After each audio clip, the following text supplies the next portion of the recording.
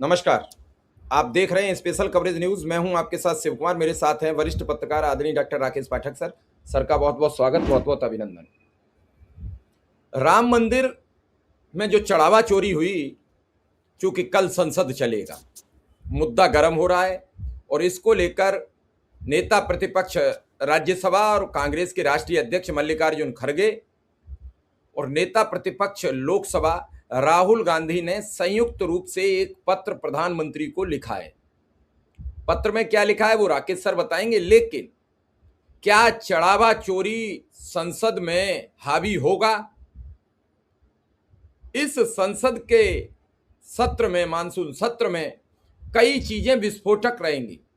पहली, चढ़ावा चोरी, क्योंकि तीसरे नंबर की जो पार्टी आती है समाजवादी पार्टी, उसके राज्य का मामला है। समाजवादी पार्टी इंडिया गठबंधन का सबसे बड़ा घटक दल है, तो ऐसे में ये मुद्दा बड़ी तीव्रता से उठेगा और उत्तर प्रदेश में आने वाले समय में चुनाव है और चुनाव से पहले ये बड़ा मुद्दा होगा। और अगर अखिलेश यादव ने अक्लमंदी दिखाई और जौहर विश्वविद्यालय को लेकर, जौहर यूनिवर्सिटी को लेकर अगर सवाल संसद में दागे तो उत्तर प्रदेश में बीजेपी को पानी पीना पड़ जाएगा। मैं बड़ी गंभीर बात आपसे कह रहा हूं, लेकिन संसद में उठा तो। और तीसरा मुद्दा होगा जंतर मंतर का धरना। जितनी भीड़ दीपी के नहीं ला पाए, उतनी भीड़ सोनम वांगचुक के उठाए जाने के बाद जो रात दिखी तो लगा कि धरना हो रहा है। राम मंदिर प्रकरण, राम मंदिर ट्रस्ट की सर एक चिट्ठी आ गई है जिसमें 22 तारीख को एक बैठक आयोजित की गई है। इस बैठक में सभी सदस्यों को सूचित किया गया है कि बुधवार 22 जुलाई 2026 को एक बैठक आउट की गई है। ये बैठक 4 बजे मणिराम दास छावनी अयोध्या धाम में बुलाई गई है। ट्रस्ट की दिनांक 6 जुलाई 2026 की संपन्न बैठक की कार्यवाही की पुष्टि। ट्रस्ट की दिनांक 22 जुलाई 2026 3 बजे संपन्न विशेष बैठक की कार्यवाही की पुष्टि। ट्रस्ट की नियमावली अनुसार विविध समितियों का पुनर्गठन करना। एसआईटी के अंतिम प्रतिवेदन पर चर्चा तब तक प्राप्त होने की आशा के अनुसार और माननीय अध्यक्ष महोदय की अनुमति से अन्य विषय पर विस्तृत बातचीत। सभी माननीय सदस्य निर्धारित समय पर पहुंचने का कष्ट करें। ये सर ट्रस्ट की भी चिट्ठी आ गई। और क्या लिखा है दोनों नेताओं ने अपने पत्र में? देखिए, पत्र में जो लिखा है वो हम विस्तार से बताएंगे, लेकिन पत्र क्यों लिखा गया है उसकी टाइमिंग को भी देखिए। संसद का सत्र कल शुरू होने वाला है। लंबे समय से राम मंदिर की चोरी, डकैती, लूट राष्ट्रीय विमर्श का मुद्दा बनी हुई थी। आरएसएस और बीजेपी नहीं चाहते थे कि उस मुद्दे को जिंदा रखा जाए। उनकी कोशिश थी कि किसी तरह धीरे धीरे इस पर मिट्टी डालकर आगे बढ़ो, जो हो गया सो हो गया। जिस तरह के बयान दिए आरएसएस के लोगों ने, हिंदू संगठनों ने, कि जिन लोगों ने दान नहीं दिया उन्हें सवाल पूछने का कोई हक नहीं है, और तमाम तरीके की ऐसी बातें कही गई जिससे ऐसा लगा कि इतने बड़े मुद्दे को ठंडा करने की कोशिश चल रही है। एसआईटी की रिपोर्ट आ गई, चंपत राय का इस्तीफा हो गया ट्रस्ट में पद से, यद्यपि ट्रस्ट में भी बने हुए। अनिल मिश्रा भी अपने दायित्वों से मुक्त हो गए। इस बीच में जंतर मंतर के आंदोलन ने, सोनम वांगचुक के अनशन पर बैठने ने देश का ध्यान इस मुद्दे से बटा दिया। लोग अचानक भूल गए कि राम मंदिर की इतनी बड़ी चोरी और डकैती के असली आरोपी अब तक पकड़े नहीं गए हैं।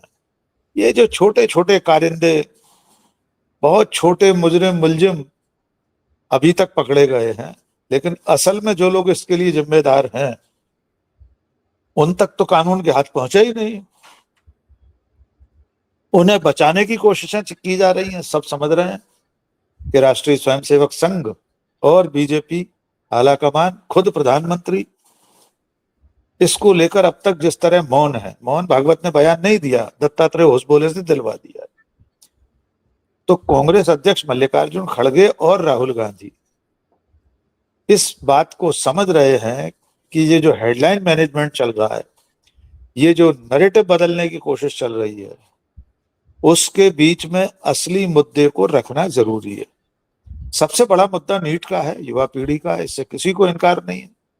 राहुल गांधी 17 तारीख को देहरादून होकर आए, कांग्रेस का आंदोलन पूरे देश में चल रहा है, लेकिन कांग्रेस पार्टी जानती है कि इस धर्मभीरू समाज, इस धर्मभीरू जनता को राम मंदिर जैसे मुद्दे पर सचेत करना जरूरी है। इसलिए उस मुद्दे को ठंडा नहीं होने दे रही कांग्रेस। मल्लिकार्जुन खड़गे और राहुल गांधी ने एक संयुक्त पत्र लिखा है, एक जॉइंट लेटर है, उसमें ऊपर लिखा है पार्लियामेंट ऑफ इंडिया, दोनों के नाम पते हैं, दोनों के दस्तखत। ये चिट्ठी हम स्क्रीन पर दिखा रहे हैं दर्शकों को। इसमें जो सबसे महत्वपूर्ण बात कही है उससे पहले लेते हैं, फिर हम पूरी शब्द सहित पढ़कर सुना देंगे। खड़गे और राहुल गांधी ने लिखा है, ऐसे गंभीर अपराध के सामने आपका मौन अब स्वीकार्य नहीं है। जवाबदेही सुनिश्चित करना और धन की वापसी कराना आपका कर्तव्य है। ये इस पूरी चिट्ठी का जो मर्म है, पहले हमने उसका उल्लेख कर दिया, अब चिट्ठी पढ़कर सुना देते हैं। खड़गे और राहुल लिखते हैं, श्रीमान प्रधानमंत्री जी, आप श्री राम अंग्रेजी में चिट्ठी, हम हिंदी तर्जुमा कर दे रहे हैं। आप श्री राम जन्मभूमि तीर्थ क्षेत्र ट्रस्ट में हजारों करोड़ रुपए की चोरी से अवगत है। लाखों भक्तों ने अपनी कमाई की मेहनत की धनराशि श्रद्धा, भक्ति और विश्वास के साथ दान की थी। वे इस चोरी से धोखे का अनुभव कर रहे हैं। अब उन्होंने याद दिलाया कि ये मंदिर कैसे बना था और ट्रस्ट कैसे बना। उन्होंने लिखा है, आपने संसद में सुप्रीम कोर्ट ऑफ इंडिया के निर्देश पर ट्रस्ट के गठन की घोषणा की थी, लेकिन इसके सदस्य केवल आपकी सरकार द्वारा नियुक्त किए गए। यह सार्वजनिक ज्ञान है कि ट्रस्ट के सदस्य आरएसएस, विश्व हिंदू परिषद और उनके सहयोगी संगठनों से जुड़े हैं। इसके पूर्व महासचिव, जो अब विवादास्पद भी हैं, आपके करीबी सहयोगी थे। इसके बाद वही बात उन्होंने कही है कि आपका मौन मंजूर नहीं है, आपको जवाबदेही तय करना पड़ेगी। हम आपसे आग्रह करते हैं कि ट्रस्ट के वित्तीय मामलों की स्वतंत्र और व्यापक जांच तुरंत आदेश दें, जिसमें नकदी, सोना चांदी सहित सभी चढ़ावों, दान का हिसाब शामिल हो। जांच के निष्कर्ष और ट्रस्ट के खातों को सार्वजनिक किया जाए, ताकि हर भक्त ये जान सके कि उनकी चढ़ाई गई राशि का उपयोग कैसे हुआ। जो भी दोषी पाए जाएं, उन्हें पद या प्रभाव के बावजूद जवाबदेह ठहराया जाए। आपकी सरकार और ट्रस्ट की विश्वसनीयता इस पर निर्भर करती है कि आप कितनी पारदर्शिता और शीघ्रता से कार्य करते हैं। भारत की जनता देख रही है। जय हिंद। मल्लिकार्जुन खड़गे, राहुल गांधी। 18 जुलाई का पत्र है। अखिल भारतीय कांग्रेस कमेटी ने अपने सोशल मीडिया हैंडल पर इसे साझा किया है। इस चिट्ठी में 3-4 मोटी बातें हैं। सबसे पहली बात तो ये, उन्होंने कहा है कि आपको इस चोरी की जानकारी है, आप अवगत हैं। नंबर 2, इससे लोग अपने आप को ठगा हुआ महसूस कर रहे हैं, ऐसा अनुभव हो रहा है कि उनके साथ धोखा हुआ है। नंबर 3, ट्रस्ट का गठन आपने संसद में घोषणा करके किया था, आपके ही द्वारा नामित लोग हैं उसमें, सारे आपके लोग हैं, आरएसएस, विश्व हिंदू परिषद, आपके करीबी लोग। इसलिए मल्लिकार्जुन खड़गे और राहुल गांधी मांग कर रहे हैं कि इसकी शीघ्रता से और पारदर्शी जांच हो, जो भी दोषियों उन्हें सजा मिले और जवाबदेही तय हो। सबसे महत्वपूर्ण बिंदु यह है कि इस जांच की जो रपट आए, जो भी आंकड़ा सामने आए, कितनी चोरी हुई है, कितनी डकैती हुई है, ट्रस्ट के खाते सार्वजनिक किए जाएं। ये ऐसी मांग है जिसे सुनकर मल्लिकार्जुन खड़गे और राहुल गांधी की इस चिट्ठी में इस लाइन को देखकर नरेंद्र मोदी बेचैन हो गए होंगे, क्योंकि वे तो पारदर्शिता में विश्वास ही नहीं करते। वे पीएम केयर्स फंड का आंकड़ा नहीं बताते,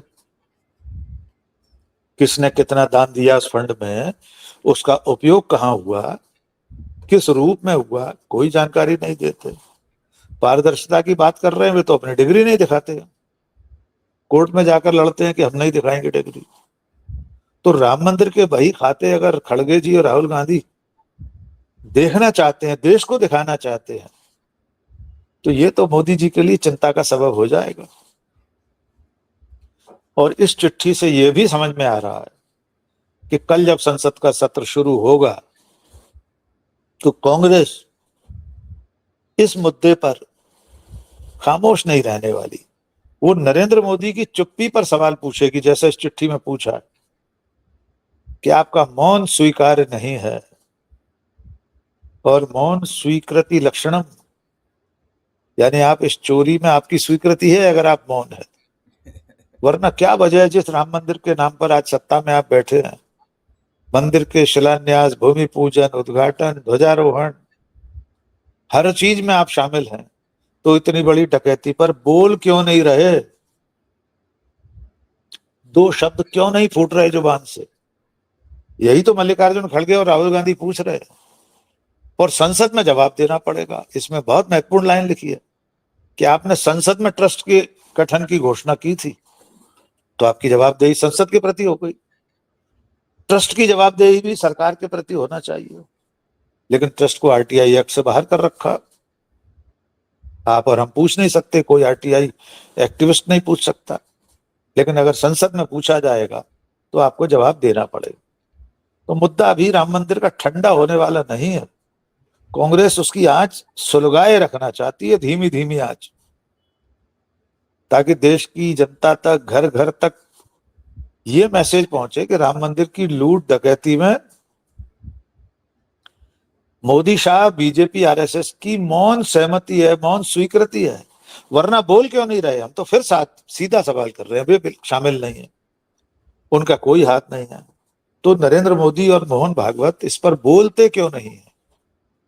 असली मुलजिमों को गिरफ्तार करके जेल क्यों नहीं भिजवाते? इसके लिए किसकी परमिशन की जरूरत है? जी शिव कुमार।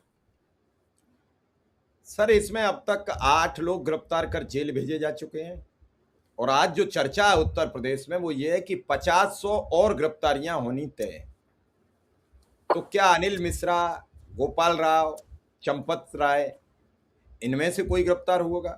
और सर, ज्यादा से ज्यादा अगर दबाव बना तो अनिल मिश्रा गिरफ्तार हो सकते हैं, और ज्यादा बना तो गोपाल राव हो सकते हैं। चंपत राय को क्लीन चिट मिलेगी, क्योंकि उनका 45 वर्ष की संघ की आयु है। संघ आयु 45 या 65? 45 वर्ष। 45, वो 65 वर्ष वाला कोई और था, अभी संघ आयु वाला जी। वो अलग है, वो इससे पहले वो विश्व हिंदू परिषद में रहे हैं, तो हाँ। मिला के 65 हो जाएगी उनकी भी, लेकिन 45 वर्ष संघ आयु है। तो अगर लाइन छप गई तो नागपुर का तो मुंह काला हो जाएगा कि 45 वर्ष संघ आयु वाला जेल चला गया, वो भी क्यों गया? भ्रष्टाचार के आरोप में। आरएसएस जवाब नहीं दे पाएगा। प्रियांक खड़गे बार बार कह रहे हैं कि आपके जो प्रपत्र हैं हिसाब के, वो मेरे मुंह पे मार दो, मैं तो बुरा मानूंगा ही नहीं, मेरे मुंह पे खींच के मारो, मैं अपना मुंह सुरक्षित कर लूंगा, लेकिन मुझे कागज दिखा दो। लेकिन सर, सवाल यह है कि अब तक प्रधानमंत्री ने एक शब्द नहीं कहा। उद्घाटन आपने किया, शिलान्यास आपने किया, ध्वजारोहण आपने किया, लेकिन आप ये नहीं कह रहे हो कि मंदिर के चढ़ावा चोरी में जो भी दोषी होगा उसे निष्कलंक जेल भेजा जाए। ये कहने में क्या जा रहा है? फिर भी नहीं बोल रहे हो। कल से पुराने वीडियोस वायरल हो रहे हैं, दिल्ली में ऐसा होता है, दिल्ली में ऐसा कर देते हैं, दिल्ली में बैठी सरकार ये करती है। सर, होगा क्या? कल संसद चलेगी। देखिए, संसद के कल नहीं, देखिए कल के सत्र के लिए तो कई और चुनौतियां भी है। पहले मंदिर की बात कर लें। आपने सही सवाल उठाया कि अब तक जो 8 लोग गिरफ्तार हुए वे तो मामूली प्यादे हैं, पैदल सैनिक हैं, असली सिपह सालार, असली सेनापति निश्चिंत होकर अपने अपनी गुफाओं में बैठे हैं। कानून का हाथ, कानून का पंजा उन तक नहीं पहुंच पा रहा। सर, एक बड़ी खबर आ गई है जी। सर्वदलीय बैठक होनी थी, उसका कांग्रेस ने आज ही बहिष्कार कर दिया, पहली बार। बहुत बढ़िया। क्योंकि जब तक ये सब जनता में नहीं जाएगा, होता क्या रहा, अब तक इनके प्यादे रहे तो घूम फिर के राजनाथ जी एक ऐसे नेता माने जाते हैं, वो विपक्ष को कंट्रोल कर लाते हैं, लेकिन पिछले काफी समय से ये आगे कर रहे हैं उन्हें ही, तो विपक्ष कब तक मानता रहेगा उनकी बात भी? देखिए, इसका संकेत जयराम रमेश ने 2 दिन पहले दे दिया था। हम लोगों ने उस दिन बात की थी जयराम रमेश की एक बाइट पर, उनके एक बयान पर, कि सर्वदलीय बैठक में इतने लोग इकट्ठा होते हैं, तमाम सारी बातें होती हैं, चर्चा परिचर्चा होती है, लेकिन संसद के भीतर वही होता है जो 2 लोग चाहते हैं। उन 2 लोगों के नाम उन्होंने लिए नहीं थे, हमें भी नाम लेने की जरूरत नहीं है। देश ही नहीं पूरी दुनिया जानती है कि दो ही लोगों की मर्जी से देश और संसद चल रहा है। तो सर्वदलीय बैठक का बहिष्कार करके कांग्रेस ने ये बता दिया कि क्या फायदा है ऐसे बैठा बनिया शेर बांट तौले। ऐसी बौद्धिक जुगाली करने से क्या फायदा है जो क्रियान्वित न हो।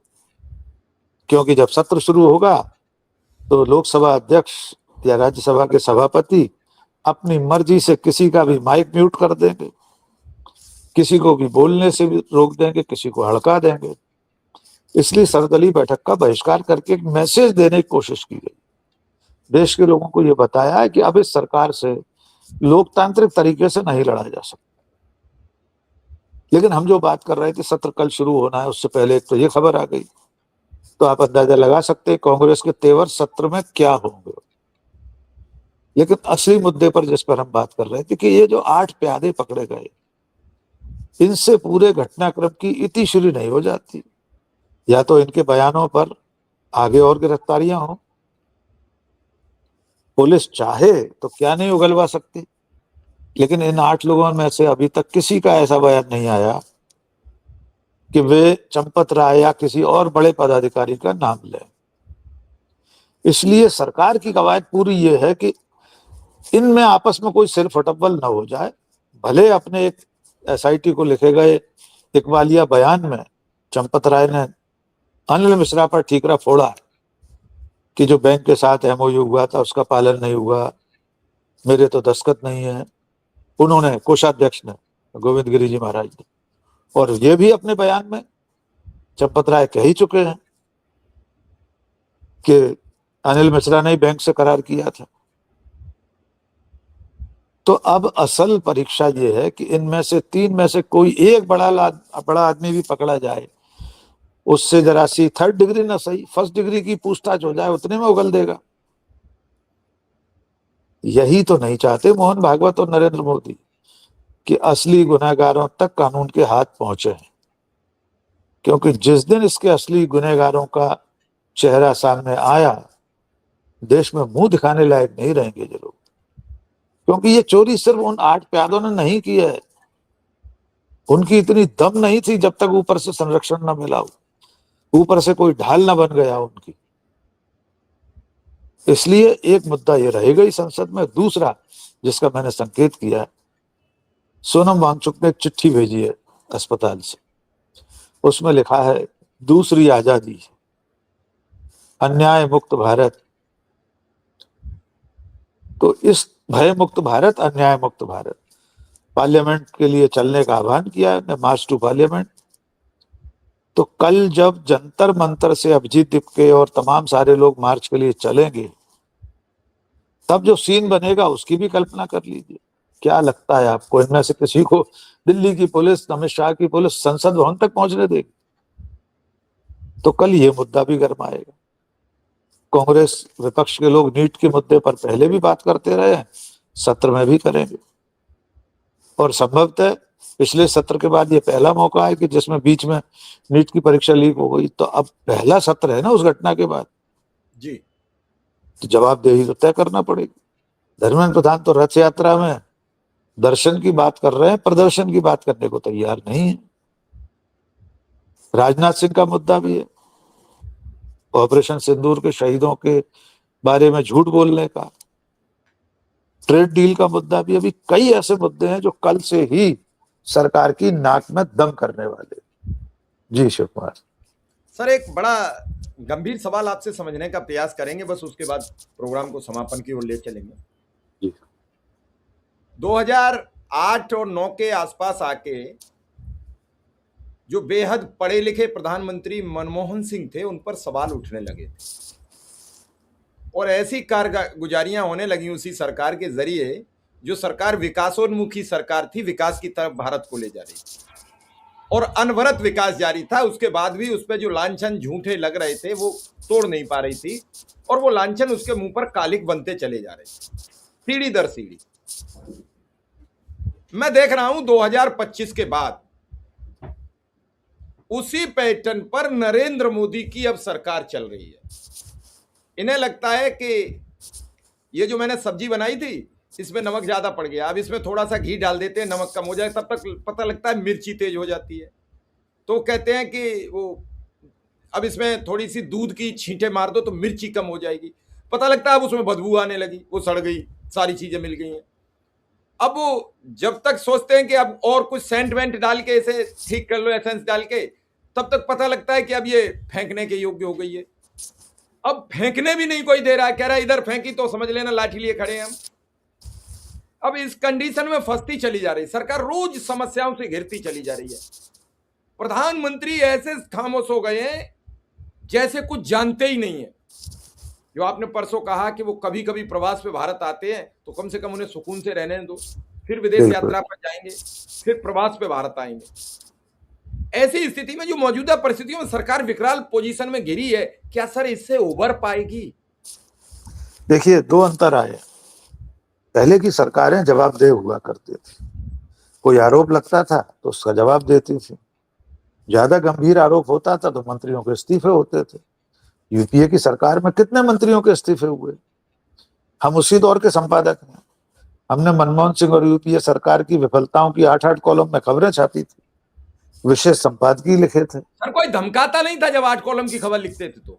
कोई धमकाता नहीं था, कोई ये भी नहीं कहता था कि ईडी से भी फोन नहीं आता था, कोई सीबीआई से भी कभी नहीं आया। लोग उल्टे कांग्रेस के लोग भी प्रशंसा करते थे कि हाँ, आपका काम है, पत्रकारिता का यही धर्म है, आप निभा रहे हैं। तब हमसे कोई कांग्रेसी ये नहीं कहता था कि हम भाजपाई पत्रकार हैं। आज हम बीजेपी सरकार या नरेंद्र मोदी से सवाल पूछते हैं तो हमको कांग्रेसी पत्रकार बता दिया जाता है। दूसरा अंतर, उस समय सरकार से सवाल पूछने पर कोई भय नहीं था, लोगों में डर नहीं था। अब तो ब्रजभूषण शरण सिंह जैसे लोग डर के मारे राम मंदिर का खुलासा नहीं कर रहे। पर्ची वाला वो धीरेन्द्र शास्त्री कह रहा है कि मैंने अगर सच उगल दिया तो मैं मारा जाऊंगा। ऐसा पहले नहीं। सर उसे कौन मार पाएगा? मोदी का छोटा भाई है, मोदी का छोटा भाई भी मारा जाएगा। यही तो आश्चर्यजनक बात है। उससे पूछना चाहिए कि भाई आपने ऐसा कैसे बयान दे दिया, किसका डर है, कौन आपको निपटा देगा? निपटाना ही शब्द है। मैं आपको एक और ताजा आज की खबर बताना चाहता हूं, इससे आप अंदाजा लगा लें। आज देश के बड़े अखबार में खबर छपी है, हेडिंग है, एथेनॉल पर अफवाह फैलाने वाले मिले तो चप्पलों से मारेंगे।